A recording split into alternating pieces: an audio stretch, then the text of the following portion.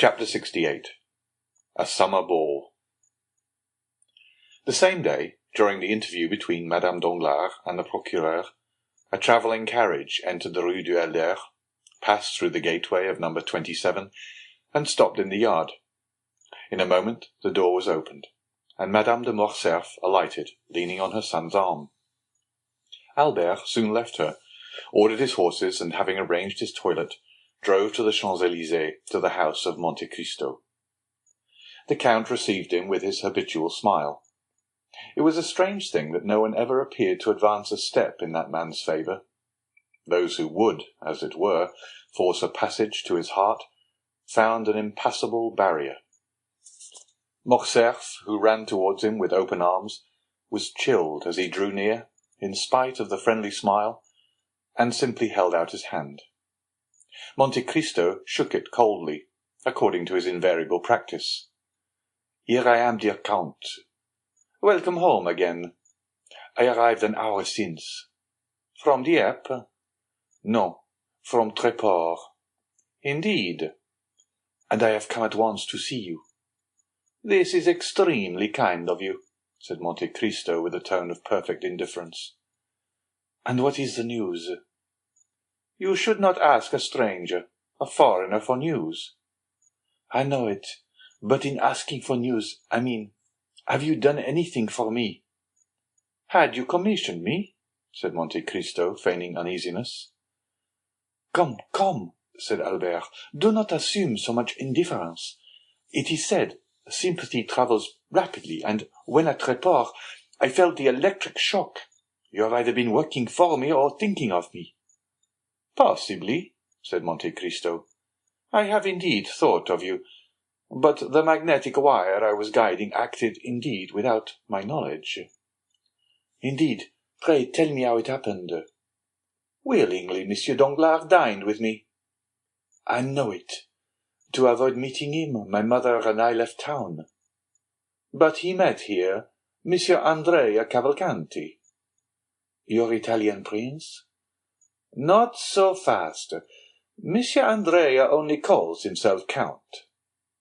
"Calls himself, do you say?" "Yes, calls himself." "Is he not a count?" "What can I know of him? He calls himself so. I, of course, give him the same title, and everyone else does likewise." "What a strange man you are! What next? You say Monsieur Danglars dined here?" "Yes, with Count Cavalcanti. The Marquis, his father, Madame Danglars, Monsieur and Madame de Villefort. Charming people. Monsieur Debray, Maximilien Morel, and Monsieur de Château Renaud." "Did they speak of me?" "Not a word." "So much the worse." "Why so? I thought you wished them to forget you." "If they do not speak of me, I am sure they thought about me, and I am in despair." "How will that affect you, since Mademoiselle Danglars was not among the number here who thought of you? Truly, she might have thought of you at home." "I have no fear of that. Or if she did, it was only in the same way in which I think of her." "Touching sympathy! So you hate each other," said the Count. "Listen," said Morcerf. "If Mademoiselle Danglars were disposed to take pity on my supposed martyrdom on her account, and would dispense with all matrimonial formalities between our two families, I am ready to agree to the arrangement. In a word, Mademoiselle Danglars would make a charming mistress. But a wife? Diable!" "And this," said Monte Cristo, "is your opinion of your intended spouse?" "Yes, it is rather unkind, I acknowledge, but it is true. But as this dream cannot be realized, since Mademoiselle Danglars must become my lawful wife, live perpetually with me, sing to me, compose verses and music within 10 paces of me, and that for my whole life, it frightens me. One may forsake a mistress, but a wife, good heavens, there she must always be, and to marry Mademoiselle Danglars would be awful." "You are difficult to please, Viscount." Yes, for I often wish for what is impossible. What is that? To find such a wife as my father found. Monte Cristo turned pale and looked at Albert while playing with some magnificent pistols. Your father was fortunate, then, said he. You know my opinion of my mother, Count. Look at her, still beautiful, witty, more charming than ever. For any other son to have stayed with his mother for 4 days at Tréport, it would have been a condescension or a martyrdom, while I return more contented, more peaceful, shall I say more poetic, than if I had taken Queen Mab or Titania as my companion. That is an overwhelming demonstration, and you would make everyone vow to live a single life. Such are my reasons for not liking to marry Mademoiselle Danglars. Have you ever noticed how much a thing is heightened in value when we obtain possession of it? The diamond which glittered in the window at Mars or Fossin's shines with much more splendor when it is our own. But if we are compelled to acknowledge the superiority of another, and still must retain the one that is inferior, do you not know what we have to endure? Worldling, murmured the Count.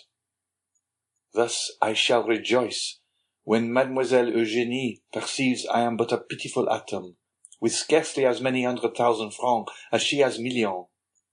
Monte Cristo smiled. One plan occurred to me, continued Albert. Franz likes all that is eccentric. I tried to make him fall in love with Mademoiselle Danglars, but in spite of 4 letters written in the most alluring style, he invariably answered, My eccentricity may be great, but it will not make me break my promise. That is what I call a devoted friendship, to recommend to another one whom you would not marry yourself. Albert smiled. Apropos, continued he, Franz is coming soon, but it will not interest you. You dislike him, I think.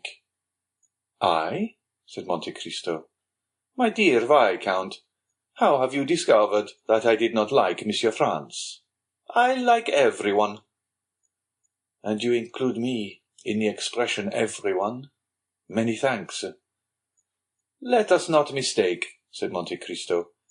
I love everyone as God commands us to love our neighbour as Christians. But I thoroughly hate but a few. Let us return to Monsieur Franz d'Épinay. Did you say he was coming? Yes, summoned by Monsieur de Villefort, who is apparently as anxious to get Mademoiselle Valentine married as Monsieur Danglars is to see Mademoiselle Eugénie settled. It must be a very irksome office to be the father of a grown-up daughter. It seems to make one feverish, and to raise one's pulse to 90 beats a minute until the deed is done. But Monsieur d'Épinay, unlike you, bears his misfortune patiently. Still more, he talks seriously about the matter, puts on a white tie, and speaks of his family. He entertains a very high opinion of Monsieur and Madame de Villefort. Which they deserve, do they not? I believe they do.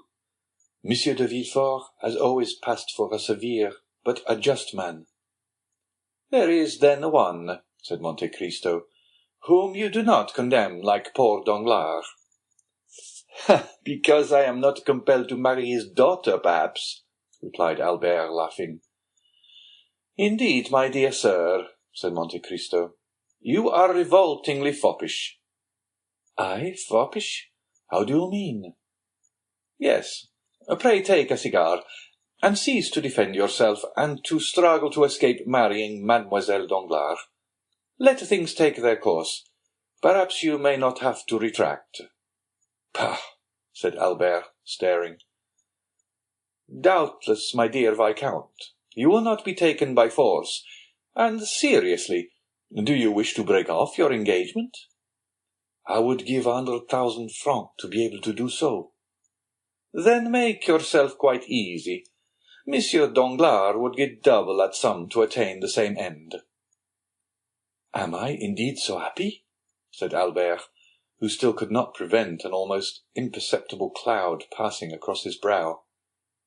But, my dear Count, Has Monsieur Danglars any reason? Ah, there is your proud and selfish nature. You would expose the self-love of another with a hatchet, but you shrink if your own is attacked with a needle. But yet Monsieur Danglars appeared delighted with you, was he not? Well, he is a man of bad taste, and is still more enchanted with another, I know not whom. Look and judge for yourself. Thank you, I understand. But my mother— no, not my mother. A mistake. My father intends giving a ball. A ball at this season? Summer balls are fashionable.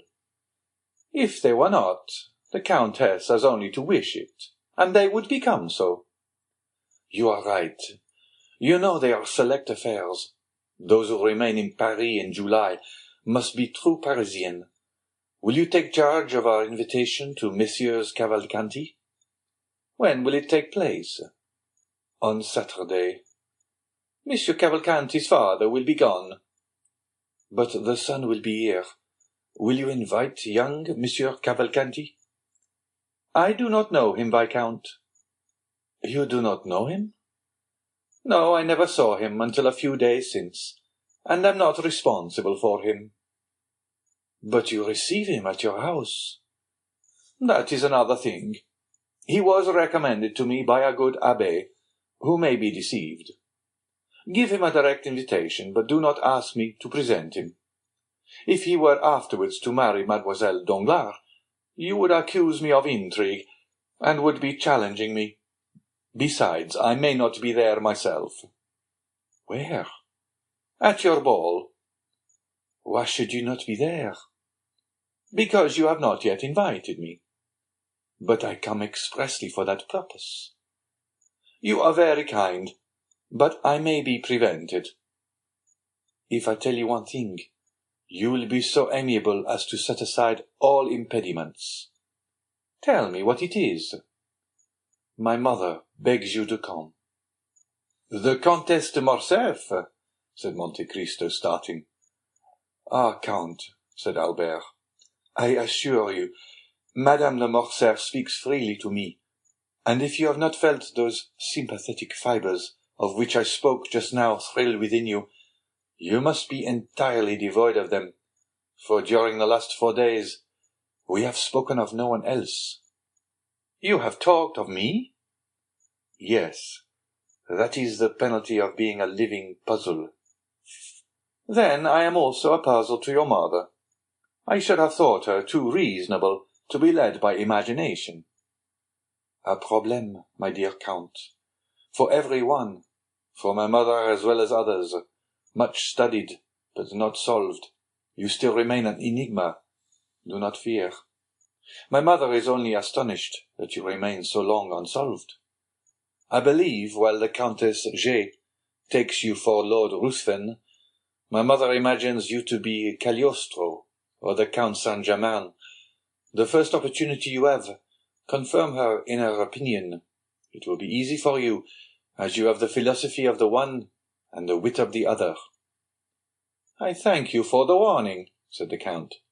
I shall endeavour to be prepared for all suppositions. You will then come on Saturday? Yes, since Madame de Morcerf invites me. You are very kind. Will Monsieur Danglars be there? He has already been invited by my father. We shall try to persuade the great D'Aguesseau, Monsieur de Villefort, to come, but have not much hope of seeing him. Never despair of anything, says the proverb. Do you dance, Count? I dance? Yes, you. It would not be astonishing. That is very well before one is over 40. No, I do not dance, but I like to see others do so. Does Madame de Morcerf dance? Never. You can talk to her. She so delights in your conversation. Indeed? Yes, truly, and I assure you, you are the only man of whom I have heard her speak with interest. Albert rose and took his hat. The Count conducted him to the door.